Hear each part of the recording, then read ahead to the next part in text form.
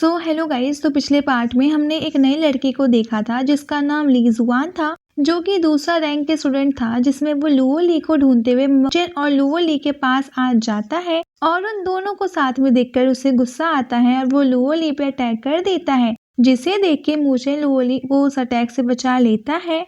अब इस पार्ट की शुरुआत में ये देख कर के ली जुआन जो होता है मुचेन से कहता है तुम्हारी और लुओ ली दोनों की भलाई के लिए तुम्हें उससे अलग हो जाना चाहिए। लेकिन मुचेन उससे कहता है मैं तो उससे अलग नहीं होने वाला, आखिर तुम होते कौन हो जो मुझे उससे अलग करवा सको। हम दोनों ने काफी टाइम पहले ही वादा कर लिया था कि एक दूसरे के सामने कोई भी मुसीबत क्यों ना आ जाए, हमेशा एक दूसरे का साथ देंगे और साथ में मिलकर हर मुसीबत का मुकाबला हम लोग करेंगे। तो अब मैं लुओ ली को छोड़कर कैसे जा सकता हूँ, चाहे दुनिया कोई भी ताकत क्यों ना आ जाए, वो हम दोनों को अलग नहीं कर सकती।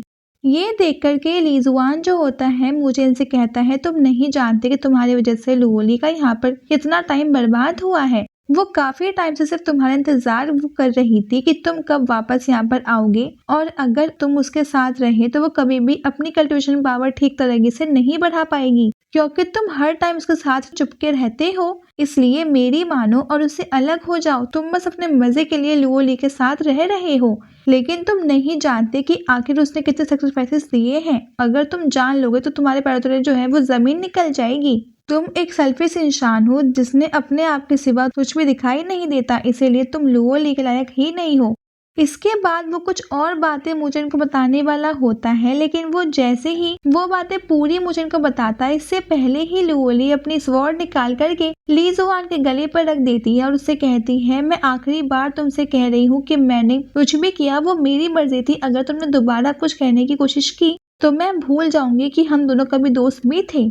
इस पर ली जुआन लुओ ली से कहता है क्या तुम्हें सच में लगता है कि मुचेन तुम्हारे लायक है? तुम जो इतनी सारी चीजें कर रही हो वो मुचेन की सोच से भी ज्यादा है। एक वीक इंसान तुम्हारे जैसे स्ट्रॉन्ग लड़की को वो डिजर्व नहीं करता।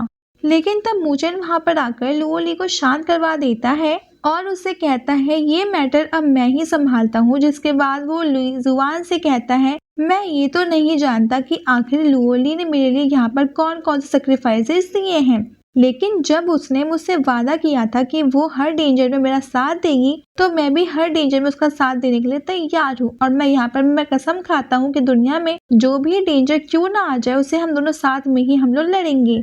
जिस पर ली जुआन मुचेन से कहता है तुम्हारी कल्टिवेशन पावर के हिसाब से तो तुम मुझसे 10 कदम दूर रहने के भी लायक नहीं हो, तो तुम यहाँ पे किस हिसाब से सोचते हो कि तुम लुओ ली को हर डेंजर से तुम उसको बचाओगे? ऐसा कभी नहीं हो सकता। जिस पर मुचेन कहता है तो ठीक है, अब मैं और ज्यादा स्ट्रांग बनकर दिखाऊंगा, और जो तुम अपनी पावर पे इतना घमंड दिखा रहे हो सबसे पहला मेरा कॉम्पिटिटर तुम ही होगे, और देख लेना जिस दिन मैंने तुम्हें हरा दिया तो तुम्हें तुम्हारी औकात समझ में आ जाएगी। इस पर ली जुआन कहता है तुम्हारे अंदर कॉन्फिडेंट तो बहुत ज्यादा है, लेकिन ये फिल्मी डायलॉग यहाँ पर नहीं चलने वाले। अगर तुम्हें मुझसे फाइट भी करनी है तो तुम्हें अपने आप को साबित करके दिखाना होगा कि तुम मेरे सामने खड़े होने के लायक हो। मैं तुम्हें एक चैलेंज देता हूँ, अभी जो नया कंपटीशन होने वाला है सारे नए आए डेसिबल का, तो अगर तुम उसमें अगर फर्स्ट पोजीशन पर आए तब मुझसे फाइट करने के लिए लायक हो जाओगे। जिस पर मुचेन कहता है तो ठीक है, तो अब ये तय हुआ कि मैं इस कंपटीशन में फर्स्ट आके ही रहूंगा, और उसके साथ साथ हेवनली रैंकिंग में तुम्हारी सेकंड रैंकिंग हटाकर फर्स्ट पोजीशन वहां पर भी हासिल मैं कर लूंगा। तब तुम्हें समझ में आएगा कि आखिर तुमने किस इंसान से पंगा लिया था। ये सुनकर तो ली जुआन उसे अब कुछ जवाब ही नहीं देता और उसना वहां से चला जाता है। अब रात को मुचेन अपने कमरे में आकर कल्टिवेशन करना शुरू कर देता है, जहां वो अपनी पावर दिखा करके ये कह रहा होता है कि मेरे पास अभी जितनी पावर है उस हिसाब से तो मैं शायद इस कॉम्पिटिशन के अंदर फर्स्ट पोजीशन ले पाऊंगा। मुझे अब अपने आप को और ज्यादा स्ट्रांग बनाना होगा।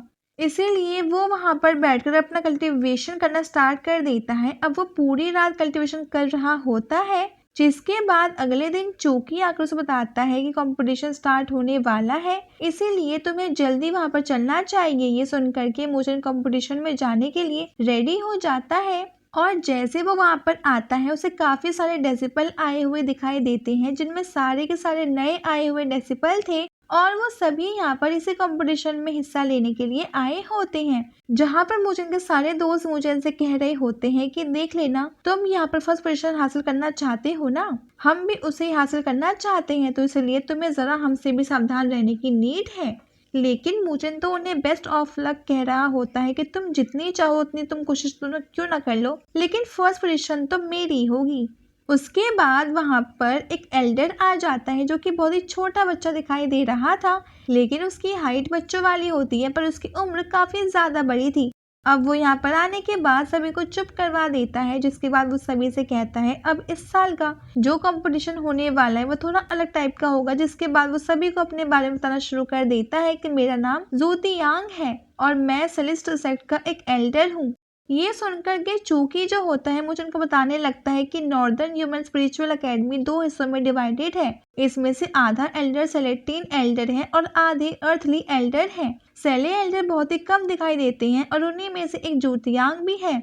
जिसके बाद ज़ूतियांग यहाँ सारे लोगों को इस कंपटीशन के रूल समझा रहा होता है कि यहाँ पर कोई ऐसी फाइट नहीं होगी जिसमें 2 लोगों को आपस में फाइट वहाँ पे करनी है, बल्कि इस कंपटीशन के अंदर तुम्हें स्पिरिचुअल माउंटेन में जाना होगा और वहाँ पे जो समिट बना हुआ है उसके अंदर से तुम्हें फ्लैग को लेकर आना है। जो भी सबसे पहले फ्लैग तक पहुंचेगा वो इस कंपटीशन का नंबर 1 कहलाएगा। ये सुनकर के सारे लोग अब हैप्पी हो जाते हैं कि क्या इतना आसान कंपटीशन, हमें उस पहाड़ पर जाकर उस फ्लैग को लेकर आना है, ये तो कोई भी वहाँ पे कर सकता है। लेकिन ज़ूतियांग कहता है इतना ज़्यादा हैप्पी होने की ज़रूरत नहीं है, वो माउंटेन इतना ज़्यादा वो डेंजरस है कि जितना तुम सोचे भी नहीं सकते। वहाँ पर हेवन लेवल के बीस्ट तो ऐसे तुम्हें दिखाई देंगे जैसे कि नॉर्मल हो, तो अब तुम अंदाज़ा लगा ही सकते हो कि वहाँ पर कितने ज़्यादा डेंजरस बीस्ट होने वाले हैं। ये सुनकर के तो मूचन भी हैरान था कि हेवनली लेवल के बीस्ट के मुकाबला करना काफी मुश्किल होता है, लेकिन अगर मैं उनसे मुकाबला हो जाए मुझे उनका स्पिरिट मिल जाएगा जिसकी हेल्प से मैं अपनी पावर को बढ़ा सकता हूँ। इसीलिए मुझे अब वहाँ पे कैसे भी करके अब कुछ हेवन लेवल बीस्ट को मारना ही होगा। इसके बाद ज़ूतियांग सभी से कहता है जो भी 5 टॉप डेसिपल होंगे जो आखिरी तक के उस फ्लैग तक पहुंचेंगे उन्हें हमारी एकेडमी के अंदर से काफी सारे रिवॉर्ड दे दिए जाएंगे और उनमें से जो नंबर 1 होगा उसे 5 लाख स्पिरिट वैल्यू दिए जाएंगे। साथ ही जो 5 डेसिपल होंगे उन्हें हमारी एकेडमी के डिवाइन स्पिरिचुअल हॉल के अंदर जाने का मौका मिलेगा और वहां पर जाने के बाद वो कोई भी डिवाइन टेक्निक को ले सकते हैं। ये सुनकर के तो सारे लोगों की जो अब वो खुशी का ठिकाना ही नहीं था कि उन्हें डिवाइन टेक्निक भी मिलने वाली है। इसीलिए ये कंपटीशन तो बहुत ही कमाल का होने वाला है। अगर फर्स्ट नहीं आया तो कम से कम टॉप 5 में तो आना ही होगा। जिसके बाद ज़ूतियांग वहाँ पर एक पोर्टल बनाना शुरू कर देते हैं ताकि सभी को एक नज़ारा दिखा सके कि स्पिरिचुअल माउंटेन दिखाई कैसा देता है। जैसे सभी स्पिरिचुअल माउंटेन को देखते हैं वो सभी हैरान रह जाते हैं क्योंकि वो जगह बहुत ज़्यादा सुंदर दिखाई दे रही थी, लेकिन वो जितनी ज़्यादा सुंदर ये जगह दिखाई दे रही होती है अंदर जाने के बाद वो उतनी ज़्यादा डेंजरस होने वाली है।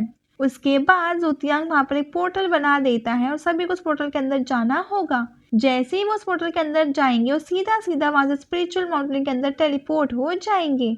जिसके बाद ज़ूतियांग सभी से कहता है कि मेरे हिसाब से मैंने तुम सभी को सारे रूल बता दिए हैं, इसीलिए अब यहाँ से कंपटीशन शुरू होता है। सारे लोग उस पोर्टल के अंदर चले जाओ।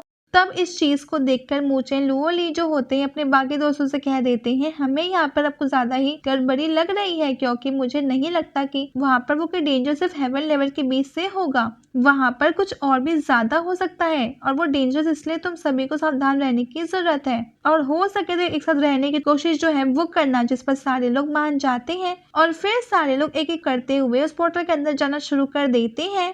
लेकिन उन सभी के जाने के बाद एल्डर का जो एक साथी होता है वो उस एल्डर से कहता है आपने तो चीज बताया ही नहीं कि उस पहाड़ी की चोटी पे एक सबसे ज्यादा खतरनाक चीज है।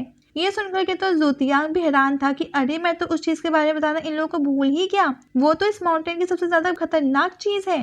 लेकिन खैर कोई बात नहीं, स्टूडेंट्स को थोड़ा सरप्राइज तो मिलना चाहिए। मैं भी तो देखूं ये अचानक खतरों से मुकाबला वो लोग कर भी पाते हैं या फिर नहीं। और फिर ये सीन दिखाते ही ये पार्ट ये पे एंड हो जाता है। Stay tuned for the next episode. Thanks for watching.